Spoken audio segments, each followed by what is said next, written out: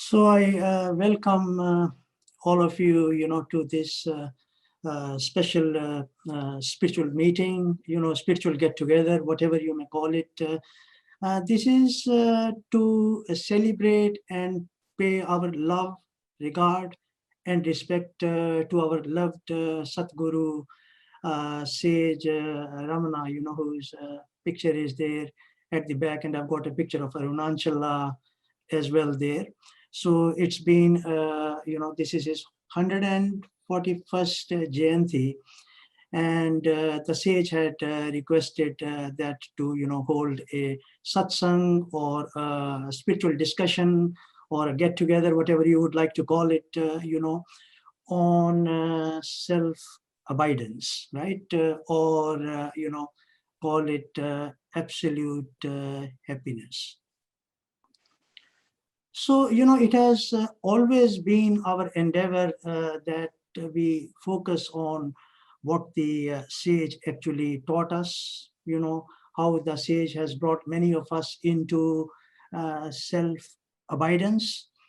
So, you see, look at one thing, we hold these spiritual meetings, we study books, we look at scriptures, and of course, the culmination of a human birth is that one is able to reach that a state of what we call as absolute happiness, or what we call as self-realization, leading to self-abidance, and then leading to absorption in the self.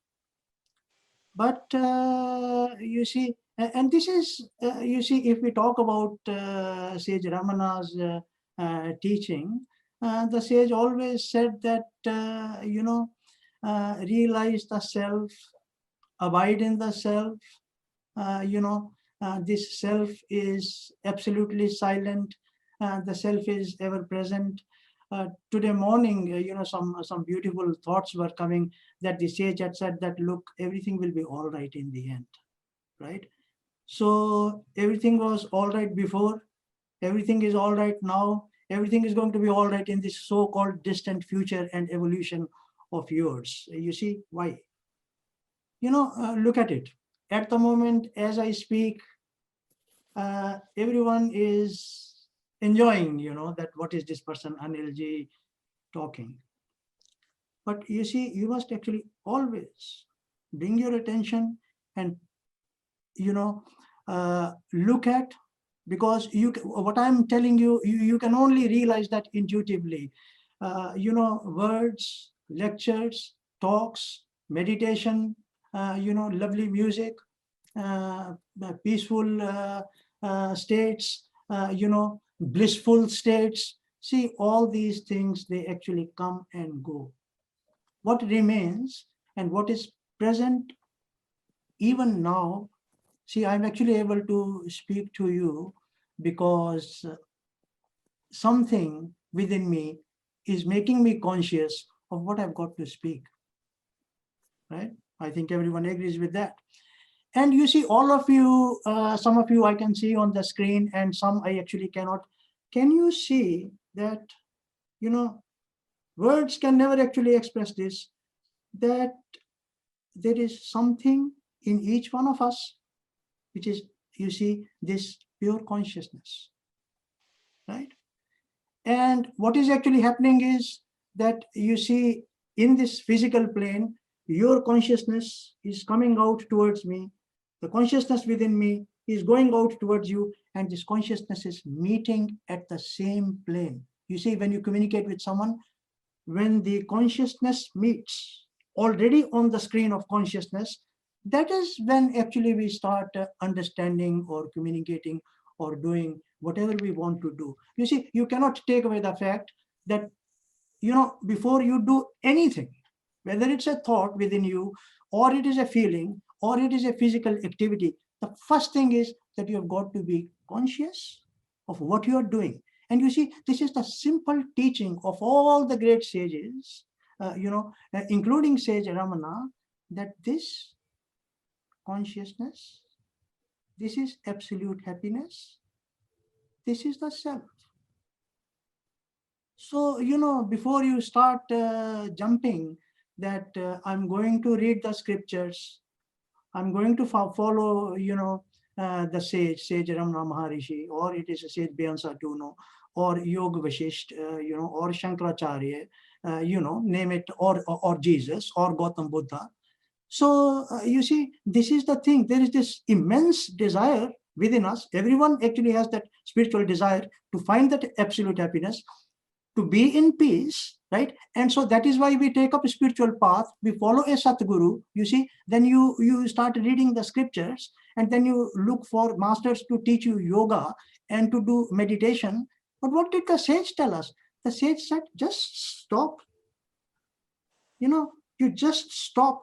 Because the thing is this, you are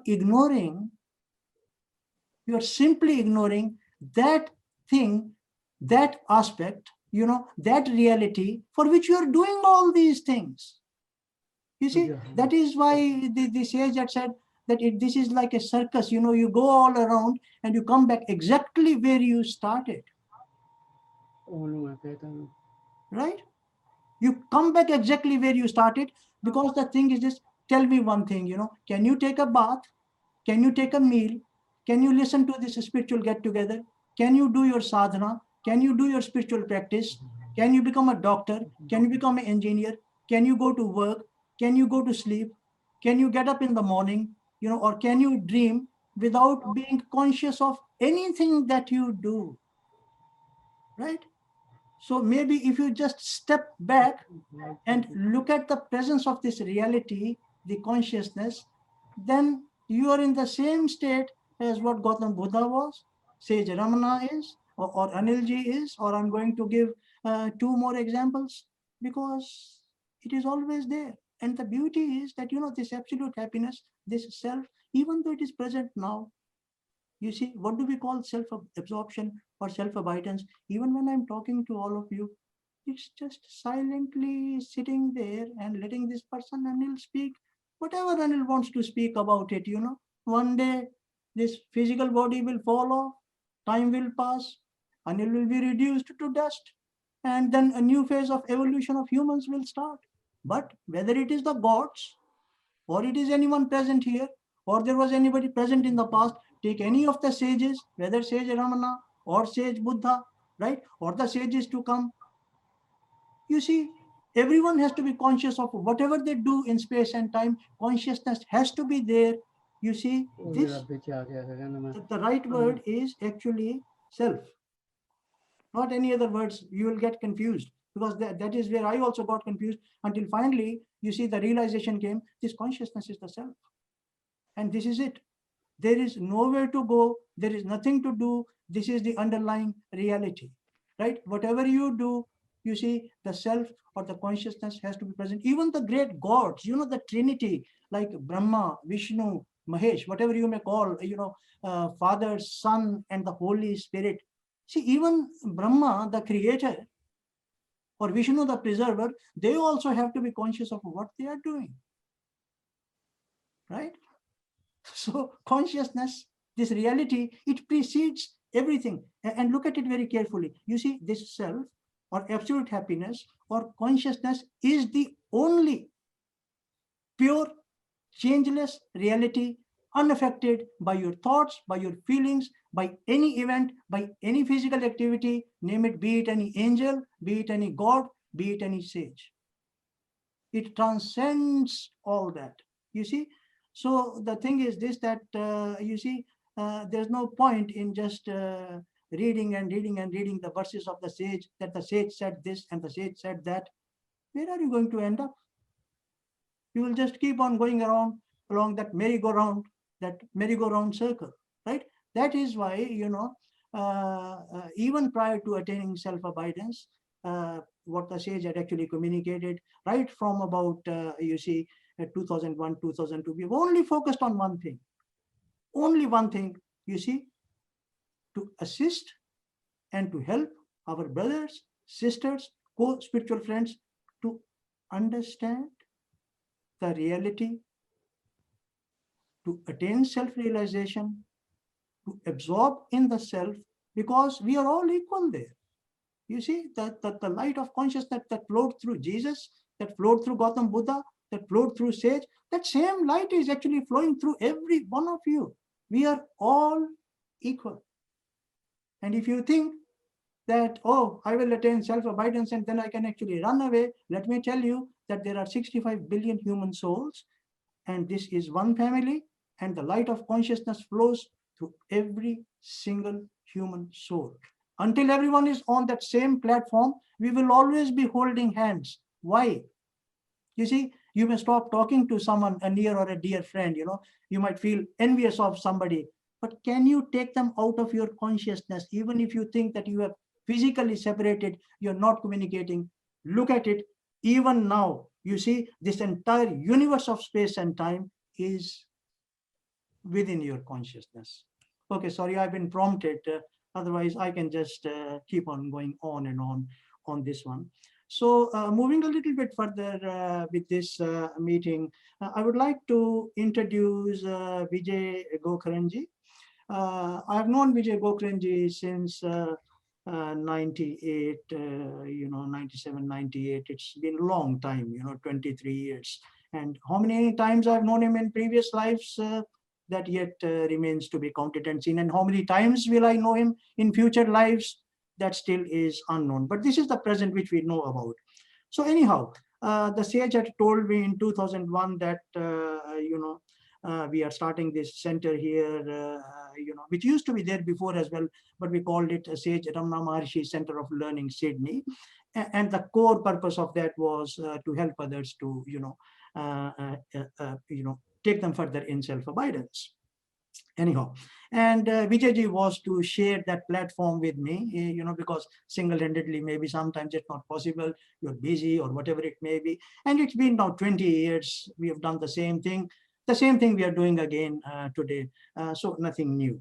But one interesting thing about Vijay Ji, I was just going through some notes today morning, just to refresh my memory that what went on. You see, on 14th of April, 2017, from those notes, I noted that just before that, we had gone to a wedding, and the sage said, well, go for a walk with him. And we went for a walk. And then on this 14th of April, the sage actually communicated a single word in the evening to me, which is conscious awareness, small consciousness, capital awareness. This awareness, again, that reality which is conscious of whatever you want to be conscious about, right? So I just sent that word to him.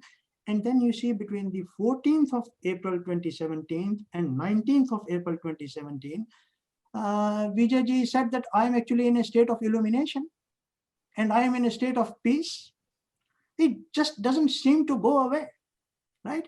And then on the 19th of April, there was a transmission from the sage, Sage Ramana, that you see, now that you are actually in self-abidance, this is the deepest experience, hold on to it.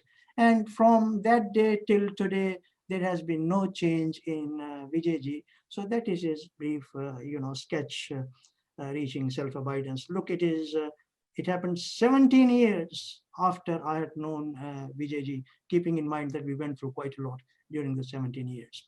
Then just moving on to Dr. Sanjay Raghav. His story is also quite interesting. He runs this center in Melbourne. And sometime in November, December, the sage asked me to contact him. I had even forgotten that I had a friend there, so to find out through some friends. And the sage said, well, have some spiritual get-togethers with him. So we started the one-to-one telephone satsangs. And then just halfway through the satsangs on 18th of May, 2018, Sanjay Raghav ji visited Sydney. But just prior to that, that Sunday, Monday, he rang and he said to me, I just suddenly seem to be in a peace that doesn't actually seem to go away. What that means is that he is now conscious of the presence of this reality, right? And then he came on the 18th of May, and we had a walk, we had dinner, and then he went away, and few days passed by, and his state didn't change. I said that, look, I don't need to continue these one-to-one satsangs with you, because what the sage intended, you have arrived. Look, no one can actually attain this self-abidance for you. You see, it is the self within this consciousness. It reveals itself to you and says and tells you in all its glory, look, this is the reality. I am the reality. There's nowhere to go, nothing to do, and you are free, right? Basically, that is it. That is absolute freedom and absolute happiness. And you can say it's my desire or my wish that happens to everyone. Let everyone be blessed and attain that experience, whoever is attending this spiritual meeting as requested by the sage.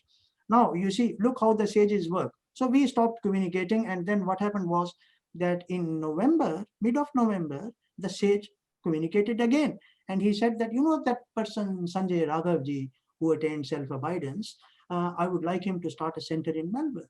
So I wrote to him. I said, okay, I've got a website. I'll just add a few things into it. I'm not an IT person. I took some help. And we started this on 26th of November, 2018. This center of Sage Ramana Maharishi Center of Learning center was opened in Melbourne. And on 23rd of February, 2019, he had his first spiritual get-together. And then I don't know, how he is running. He holds about 3 satsangs in a week. How many people he is guiding or whatever is there. I'm really aloof to that knowledge. So he is also actually present here. So just with this, my little introduction and, giving pain to your ears to listen to what I had to say, I'll move on with this discussion. So I'm going to request Vijay Ji for the next 15 or 20 minutes or whatever time he wants. You see, time is also a beautiful thing. You see, time is also like the self. It never changes. It keeps on ticking. It changelessly ticks, isn't it? What a beauty it is that you can see the presence of self in time as well.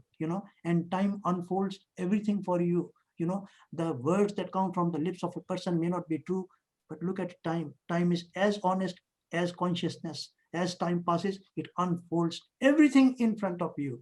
So time is also a changeless entity. And this Maya, what we call as everything changing, this is also changeless. Why it is changeless? Because it never moves away from changing. It always keeps on changing things. If it stops changing, then it is the changeless self. Sorry, I drifted away again. Vijay Ji, I'll request you to give us a short talk on the life of Sage Ramana and on the teachings of the sage. Thank you. Hari Om, everyone. As Anil Ji has so beautifully summed up the Center of Learning, Ramana Center of Learning, Sage Ramana Center of Learning in Sydney, which is a wonderful tool for aspirants on the path to grow. In regards to Sage Ramana, just a few words about his life. They say that, rarely that one comes across a site where there's a beautiful blending of that sparkling, tranquil awareness, which is the self, and also the show of its manifestation in its gross physical form at its absolute purest best. That sort of manifested form was given to the world in the form of Sage Sri Ramana Maharishi, an embodiment in human form, absolutely pure, subtle, invisible awareness as the self. And he occupies a really wonderful and unique place in the history of spiritual sages of both India, the humanity, and the world as a whole. Sage Ramana Maharshi was born on the 30th of December, 1879 in Tiruchuzzi, in a small village, about a few miles close to a city called Madurai in Tamil Nadu, South India. At the age of 12, he lost his father, and due to that, he and his elder brother went to live with their paternal uncle in Madurai, which is again in South India. So during that period when there was a lot of thoughts going on in the sage's mind, probably, and at that point in time, there suddenly came about a fear of death within this young boy of 12. And it happens sometimes to those who are on the spiritual path, and sometimes even to those who have not yet begun consciously seeking. And that glimpse of realization came in when that fear of death descended upon this young boy of 12. And he went into a kind of samadhi, or a state of meditation, wherein he found that all his limbs, his body, his mind had gone limp. No senses were functioning, but yet there was some spirit behind this whole thing that was functioning as pure awareness. And he was sure about that divine immutable identity of awareness as the self. This happened on the 17th of July, 1986, 1896, apologies. 17th of July, 1896, as a young boy of 16. And when he was sitting alone in that room of his uncle's house. And as Sage Ramana has said in his own words, the body dies, but the spirit that transcends it cannot be touched by death. That means I am the deathless spirit. By spirit, he meant that pure awareness, that absolute happiness that represents itself in the manifested form that we see. So fear of death had vanished once and for all. Absorption in the self continued unbroken from that time on for this young boy. Later on, Sage Ramana, as he was known later on, came to Tiruvannamalai in South India, because that word Tiruvannamalai raised something in consciousness, and he was pulled towards Arunachala, the hill Arunachala. So the word Arunachala triggered something, and then he was absolutely pulled across to that hill, Arunachala hill in Tiruvannamalai. He continued there for the next quite a few years, more than a decade, living first on the hill itself of Arunachala, in a cave called Virupaksha cave, and later on in Skand Ashram on the hill itself. After which he moved down south, down to the foothills of Arunachala hill, where the ashram, Ravana ashram, grew around him.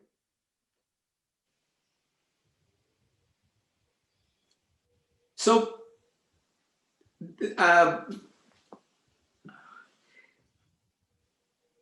after this entire thing happened and he was in silence, Sage Ramana was in complete silence during that period. There was a book that was requested of him, questions were asked of him, and out of that pure, compassionate nature that emanated from that silence. He spoke a few words, and then the book called Who Am I was written. He has also written a few other books called treatises, and his main work is Ullada Narpadu, 40 verses on reality, Upadesh Saram, Essence of Instruction, and 5 hymns on Arunachala, etc. and etc. On the 14th of April 1950, the Maharshi, as you all know then, Maharishi, left the physical frame. He was already merged in that totality of consciousness. There was absolute happiness, but the physical form dropped away, and the site, which is a Ramana Ashram at the foothills of Arunachala Hill, became a place of pilgrimage for the last 70 years. People have been coming, visiting the site, and getting a huge amount of vibes, because you can feel his presence every moment in that spot. It's everywhere, but there is a concentration of energy and presence in that spot, and a lot of aspirants, seekers have transcended the attachment to the body and gone beyond into self-abidance by the presence and the grace of Sage Ramana Maharishi. We are all blessed to be here, and if those who have not visited Ramana Ashram could do so in the future, not now, because I think there's a bit of restrictions going around due to the current situation, and that's why we are holding this wonderful Zoom call because of that. But people can visit it, and you will be enlightened and brought, and you can feel his presence, his vibes. So with that, I would request Sanjay Raghav Ji, Dr. Sanjay Raghav Ji, to please give a short talk. Yes, Sanjay Ji, please. Thank you, Vijay Ji. Thank you, Anil Ji, for giving me this opportunity to be with all of you. And Bhagwan Ramana Maharishi is Guru for all, but you're also teachers who have helped me in my journey when I was really striving and trying to get hold of this self. And this journey I would like to share.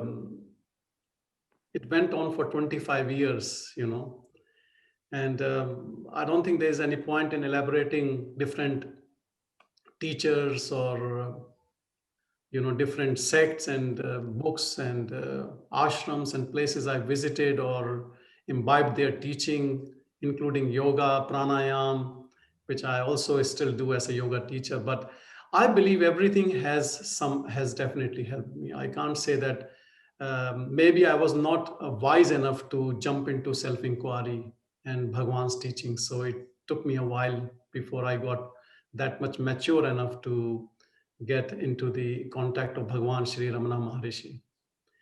And one day when I was deeply contemplating on self-inquiries, and I sincerely asked Bhagwan that, I need some person or people around me to be into it, who can push me and who can help me.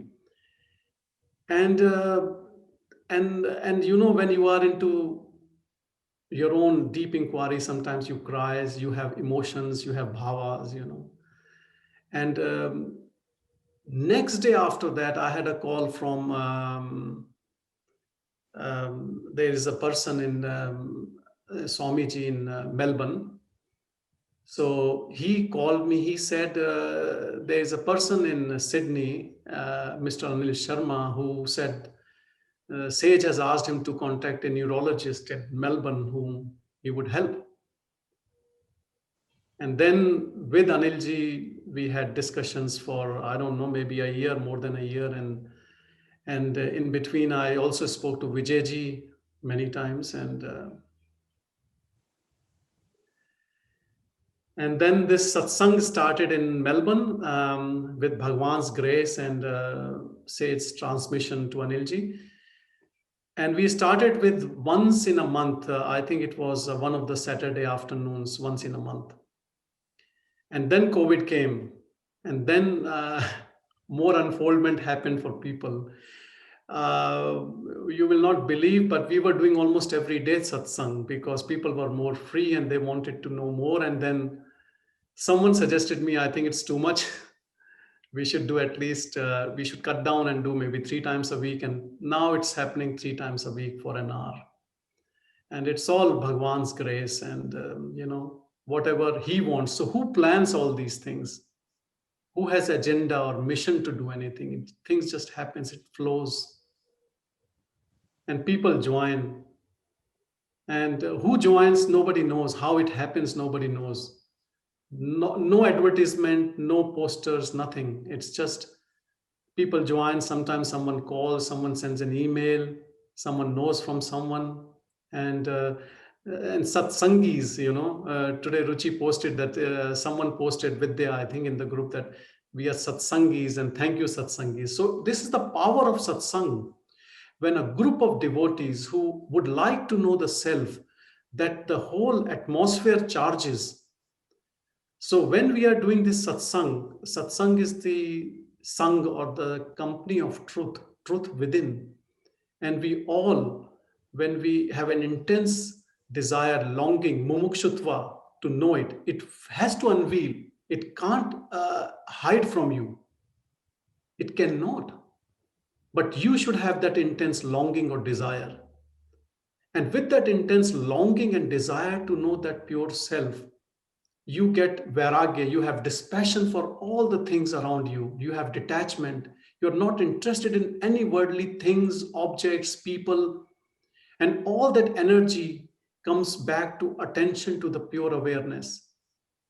And that practice actually becomes so easy, simplistic. Because what you have to put attention is the same attention which is going into the outward objects, external things, which now combines, goes and looks within heart, looks within your own self. And self is always there. It's all pervading. It's always there. It is the beginning. It is the source, as Anil Ji said. Everything projects out of it. And when you reach there, who would like to leave this shade under the tree of self? Who would like to be in the scorching heat, as Bhagwan says? You would like to stay there only, forever, eternally. And when you are there, the mind which was overpowering you becomes your slave. You can use it on your command, and when you don't want to use it, does not disturb. It can have a background noise sometimes, but nothing bothers you. And then you understand all this Maya, illusion, self, even the actions happening, all that happens in this consciousness only. But once we know that we are this pure consciousness, all the actions of the body-mind complex just happens. And there is no doership. There is no doer. And this is the beauty. You feel so contented, and this you touch this fountain of unending joy and bliss. And whom do you pay respect? And the gratitude flows. And all the satsangs and who becomes your family or who is your friend? Everyone is your friend. Everyone is your family. And what you want from the world, you want everyone to be in the same bliss as you. And so the satsang grows. It's not that you want to hide this in. You can't hide, even if you keep quiet. Bhagwan never said even a single word. He shed his clothes, he went into a cave, he stayed there.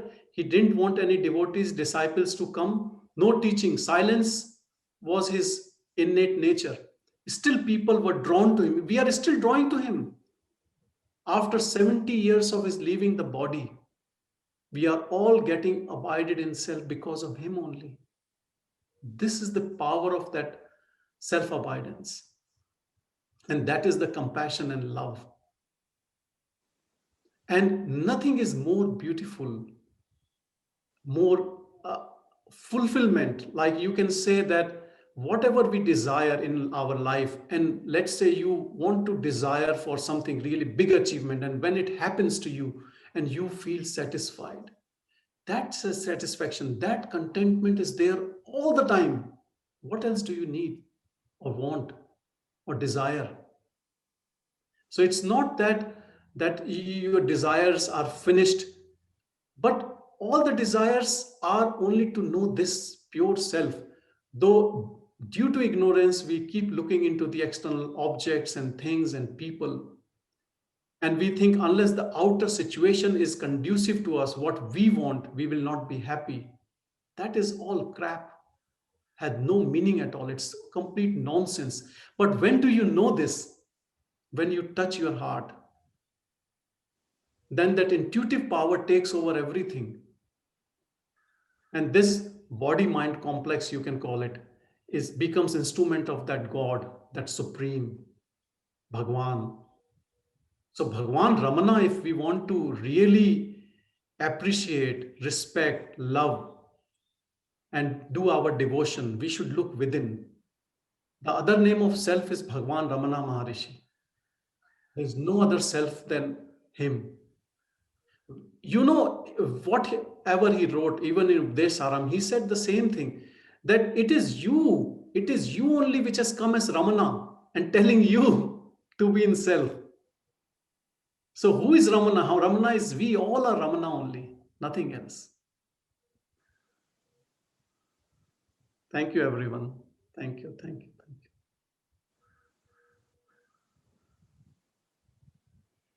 you. Thank you, Sanjay Ji. So as you can see, the flow is directed inwards to the presence of reality, to the presence of, consciousness or absolute happiness. Now, you see, this is not something that you are going to attain in a distant future or something you were trying in the past, but it is ever present, It is why this is the changeless reality transcending space and time, because it's present as we speak. It was present before we started this spiritual discussion. It's present during this spiritual discussion. And when you leave the spiritual discussion, whatever you'll be doing, you will still need what Sage Ramana said, the underlying current, the presence of consciousness. But the right word is self, right? You can be confused by consciousness, awareness, so many other terminologies, God, Bhagwan, whatever. Sage always used one word in Sanskrit, aham, and in English, self. This is the self, present right here as we are communicating. So on this, as the sage had actually, communicated and requested that Vijay Ji give us a talk on the presence of now. Now, what is present now? The self. So with that, I'll request Vijay Ji to give us the main talk, which is the main theme of this particular spiritual discussion. Vijay Ji.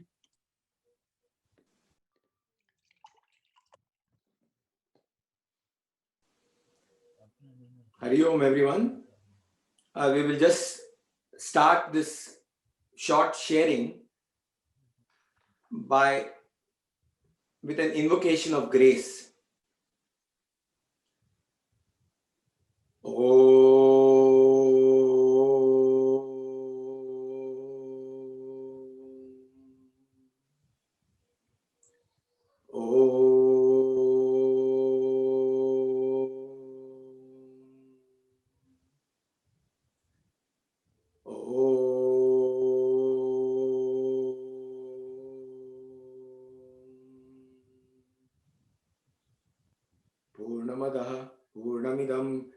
Purnat Purnamudachyate Purnasya Purnamadhaya Purnameva Vashishyate.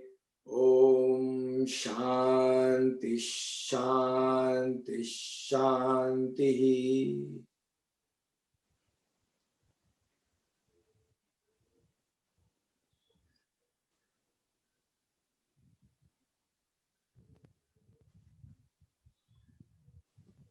Welcome everyone on this beautiful occasion to what we term as celebration of Sage Ramana's birth anniversary, 141st birthday. As mentioned in the past, the word celebration is a bit of a misnomer, because celebration is generally one engages with the titillation of the senses, titillation of senses. Rather than celebration, what we should be doing is observing the birthday of the Jayanti of Sage Ramana Maharishi. And in that observation, what happens is automatically the observation brings about a drawing in of the senses, brings about an inwardness. Because when one observes within.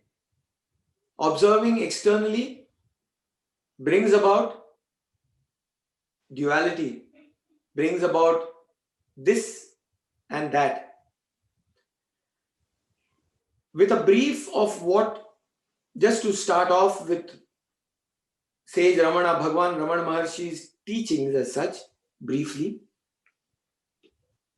Sage Ramana always advocated and offered to seekers and aspirants on the spiritual path and those who came and requested for guidance, the path of inquiry, the path of self-inquiry.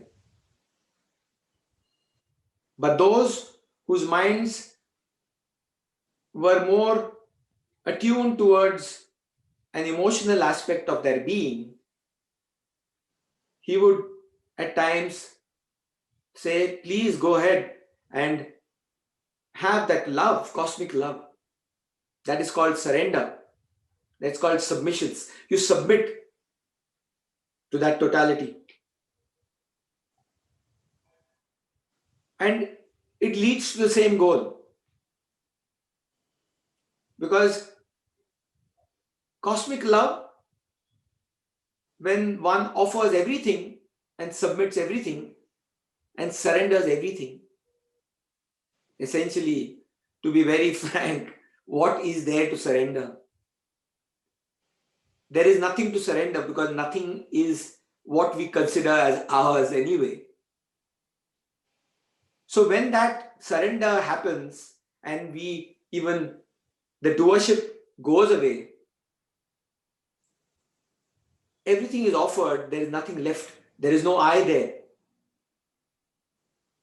So cosmic love, bhakti, is essentially the same. It leads to the same goal, because essentially we are that absolute happiness which we are actually seeking. The other method which Sage Ramana always advocated was inquiry into the self. Because inquiring into the self guides one inwards towards the source from where that I arose. They call it the spurna, and that spurna comes about from the very source of where we originally came from, what we essentially are even now. As we speak, we are that. We are that absolute happiness. These are only words. And all the teachings of Bhagavan Ramana Maharishi essentially mostly were in silence. He was most of the time in silence. There was only a time when, out of pure compassion, when someone came and requested for some guidance, word would flow from the sage. And those words were concise, precise. They were like aphorisms, small, tiny bullets that would go straight and hit the aspirant where it was meant to hit, and that people would just go into samadhi.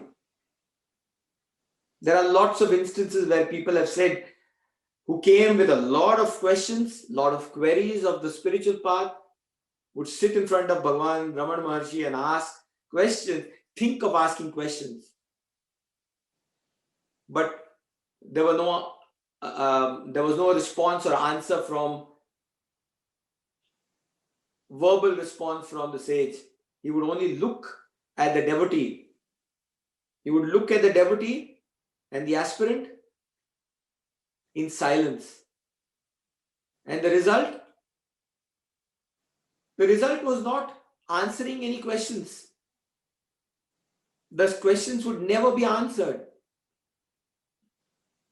But the questions would dissolve, would disintegrate, would extinguish. There were no questions remaining in the minds of the aspirant because they would be completely extinguished. That was the beauty of that tranquil, absolute state of the sage. We are today blessed to be able to have the opportunity to share on this wonderful occasion and observe the Jayanti, the 141st Jayanti of Sage Ramana Maharishi. Talking of self-abidance and the here and the now, all there is as we are speaking right now, even now, all there is only pure awareness. But when there is that notion that I am this body, I am this mind, I am this intellect, when that notion is there,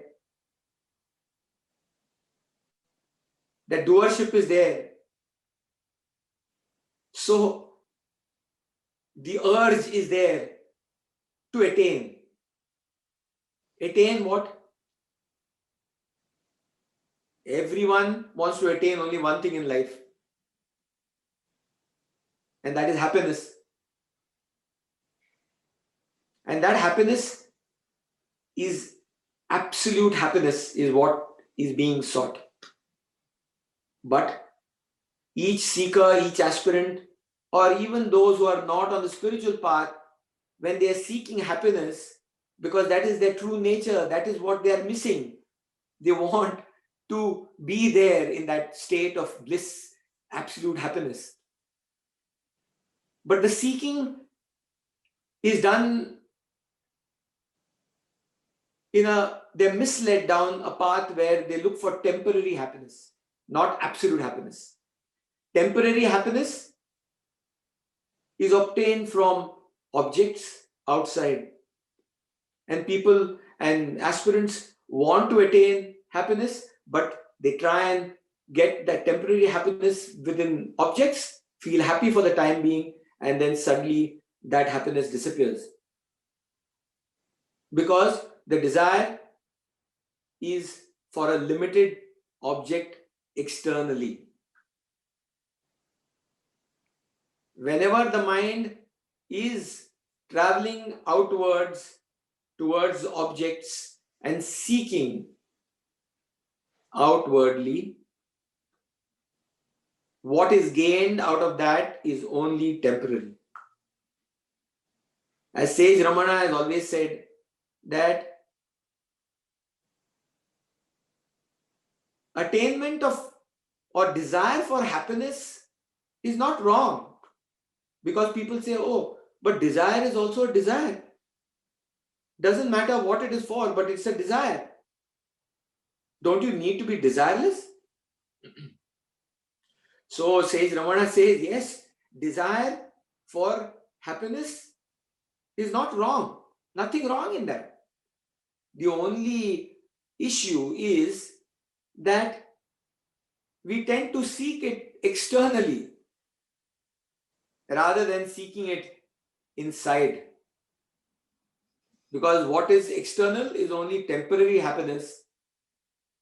What is the true reality is within, which can be found within, is absolute happiness. That is the difference. On the bedrock of that teaching that Sage Ramana has advocated, and he has enumerated it in a lot of treatises and talks that he has spoken, or even people have had the revelation. And that peace, that bliss, by the way, these are only words, because essentially truth lies in silence. And that silence is not something that can be attained, because silence is prior to speech. Silence is a substratum upon which speech emanates. So seeking has to be in silence, and that we can try and do by going inwards. The mind, when it is projected outwards, causes duality. When it is turned inwards, going towards the source from where that I arose, the mind dissolves. The mind completely extinguishes itself to remain in pure and absolute silence. We talk about the words such as self-abidance, conscious awareness. Awareness is pure, ever existing.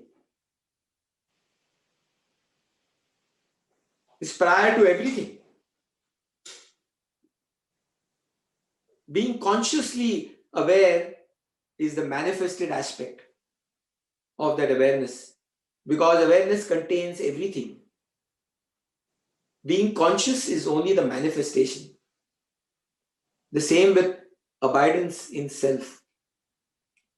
What is abiding or abidance? At the moment, when you look at the word abidance, it's actually the last 5 letters are dance. And the middle word is I, the small I.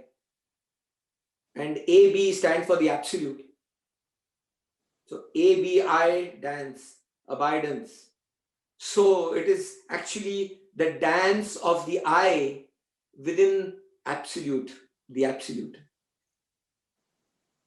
That is abidance. We are already abiding in it.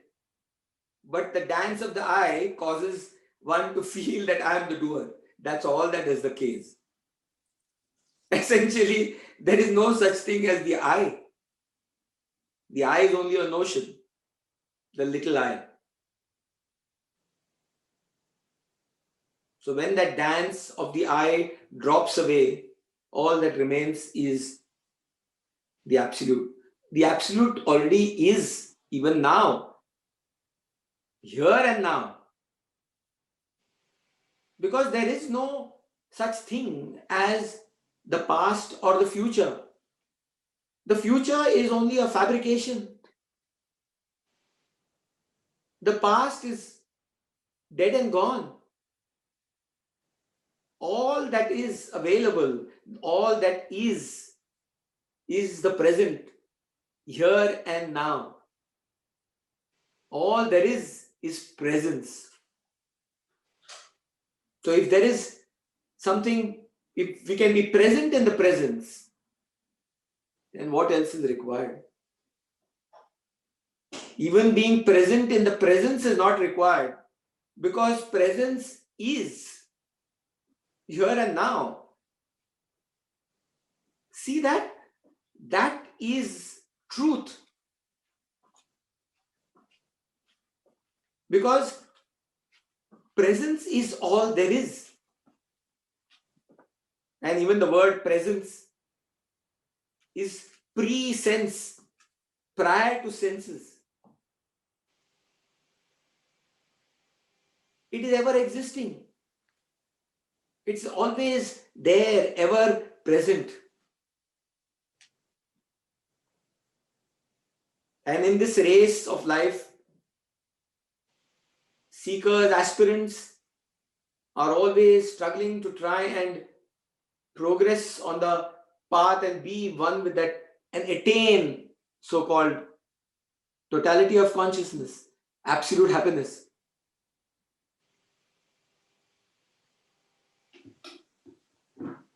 If one can be present in that race and be on the side of, we can use the word God. They say if we use the word God in the race of life, they say, and this was, someone had written this beautiful thing saying that in the race of life, if you are running on your own, you will be running all your life. But if you have God on your side, you will have grace. Not race, but grace. And when there is grace of Sage Ramana, which is always there, grace is ever present, even here and now. Grace is not something that one has to look for, because grace is there. One has to only attune oneself to that. Attune oneself, to tune oneself to that grace. At the moment, the tuning is only towards externalities, towards objects. But if that tuning can be tuned towards that grace, which is ever present, the grace will just flow in. And for that, what is required, truly required, is that strong, absolute, intense longing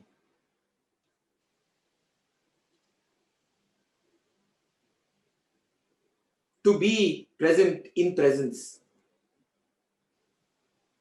As long as that limited I is there,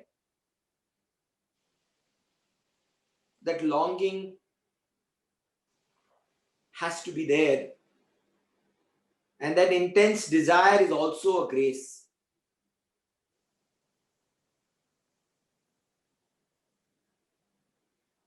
Because grace is something that, although ever present, the doership does not allow, the I does not allow for grace to flow in. So there are some prerequisites that are given in some treaties. Adi Guru Shankaracharya Ji, who had written a wonderful book called Crest Jewel of Discrimination, Vivek Chudamani, had given some prerequisites. He said there are a few sadhana chatushtaya, fourfold prerequisites, which are Vivek, Vairagya, Shad Sampatti, and Mumukshatva. Vivek is discrimination in parlance that we use, but it is contradistinction essentially. Vivek, discriminating, contradistinction between what is right, what is wrong on the spiritual path. What is good, what is bad, what is taking us towards the inwardness and what is not. Then Vairagya, which is dispassion.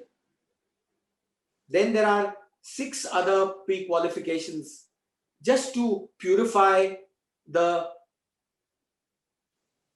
notional I that one considers as oneself as body, mind. When that notion is there, that notion of removal also has to be there. Essentially, there is nothing to remove. Essentially, there is nothing to remove. One is already that. But as long as that notion is there, the I is there, something has to be done. So they call it sadhana. They call it practices. The practice to be without any practice. So these are the practices. And the last one, so there are 6 other pre-qualifications.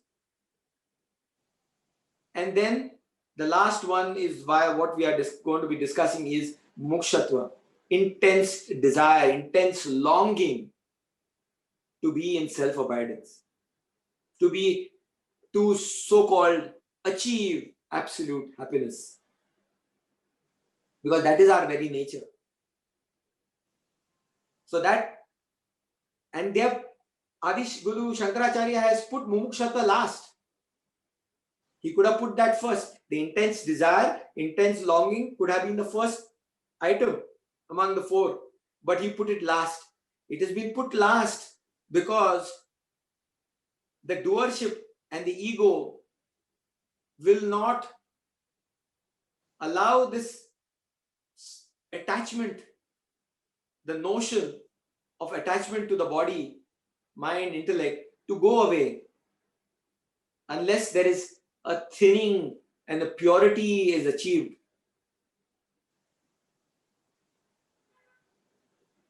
Within that framework of the ego itself.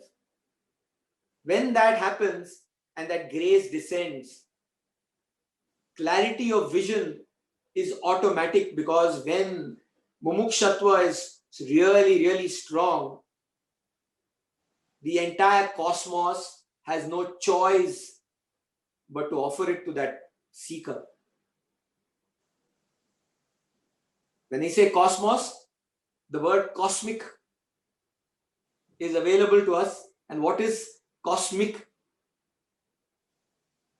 Even that word cosmic says it all, just as the word abidance says it all. Cosmic, C-O-S-M-I-C. At both ends you've got C, which is consciousness. And it encompasses everything, consciousness. Within the totality of consciousness, you have the I, I-C, C-O-S-M-I-C. I is there, the little I, which functions within that cosmic consciousness. And then you have the source from where the I arose, S. And on the bedrock of Om, O and M, C-O-S-M-I-C, O-M, because from that source arises the word called Om. And when that I is sourced back to the source by the self-inquiry, that I dissolves to become the pure I, which is all there is. that is cosmic consciousness. And that is the only and only reality.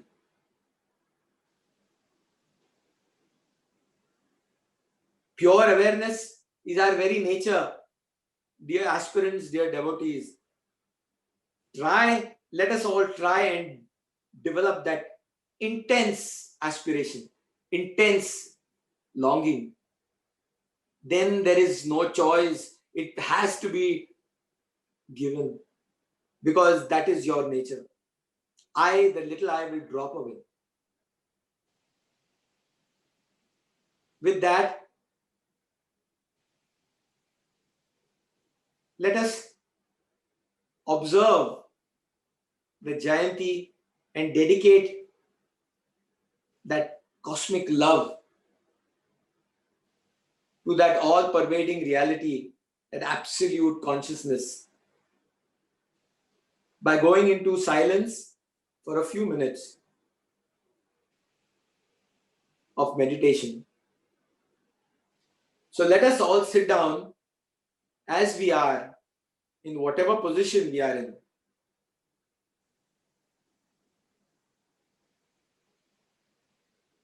Keep the lower back, the spinal cord, the neck and the head in one vertical line,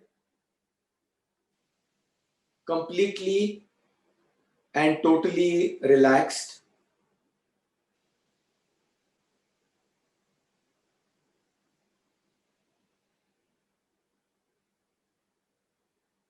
Gently close the eyes.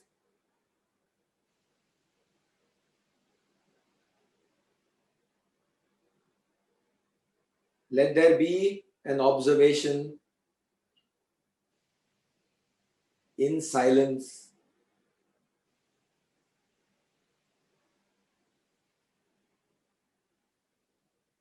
There may be thoughts arising in the mind lake of consciousness.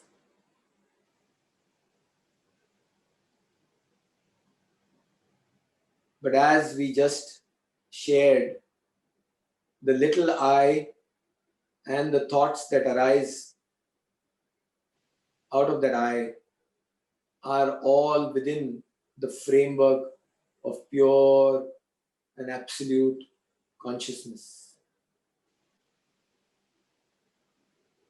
That is not different. Let there be complete and total acceptance.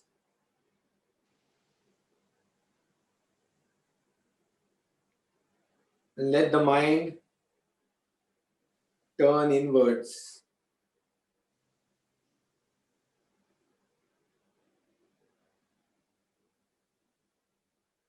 And look for the source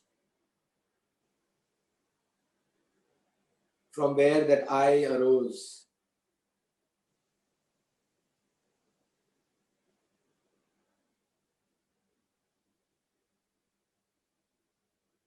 Please do not seek for answers.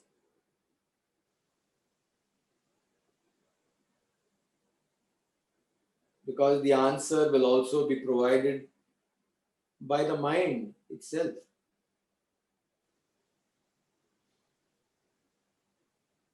Dive down deep and deep and deeper and deeper into the very source from where the I arose. Even if an answer does arise, inquire again. To whom is this answer arising? To? Who is this to whom this answer is arising? And seek further. Go down deeper and deeper to the source.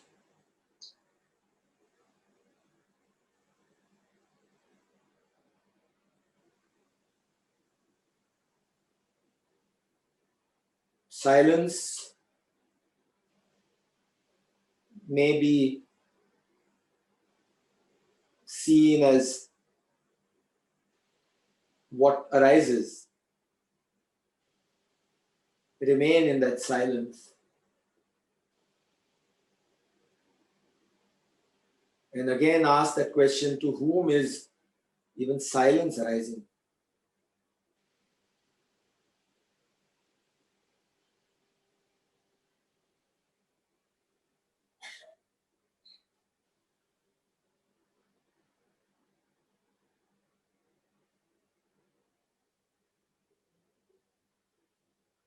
When there is extinguishing and dissolving of even silence,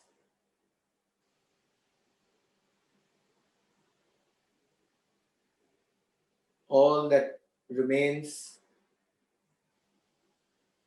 is pure awareness, absolute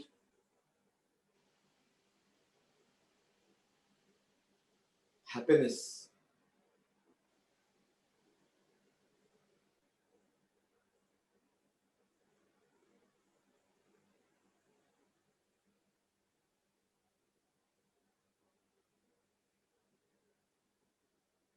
Peace.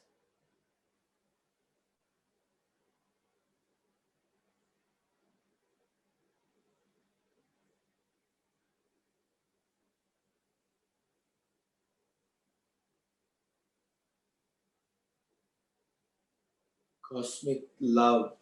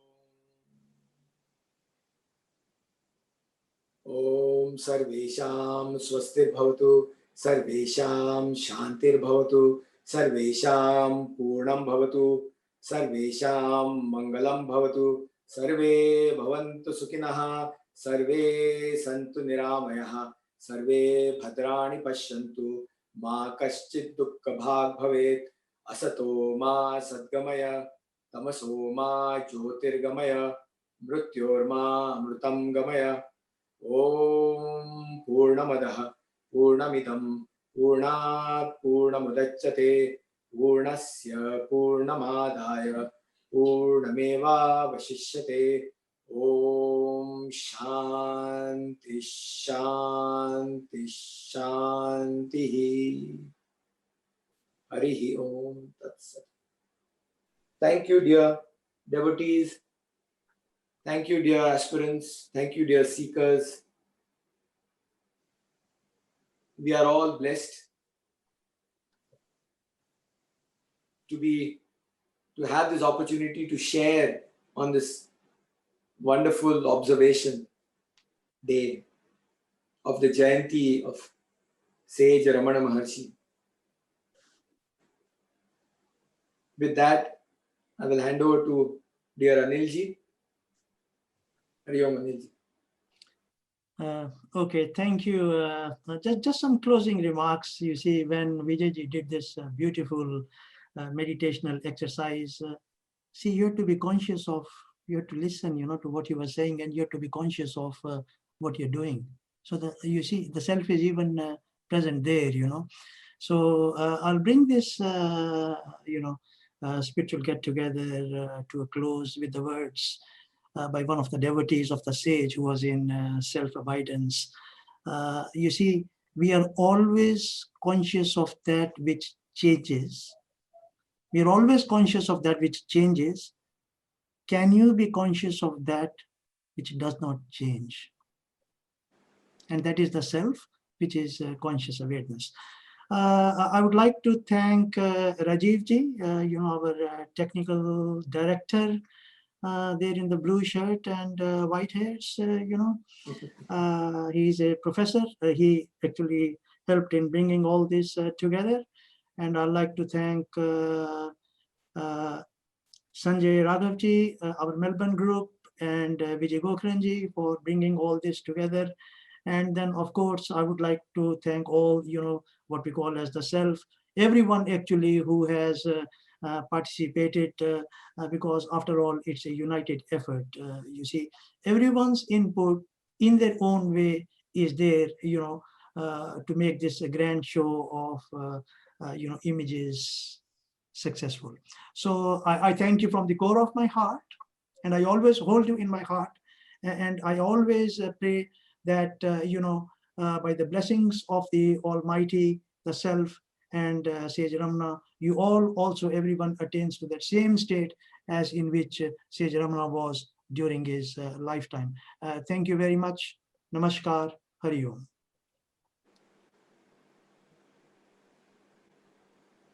Namo Bhagavate Shri Ramanaya.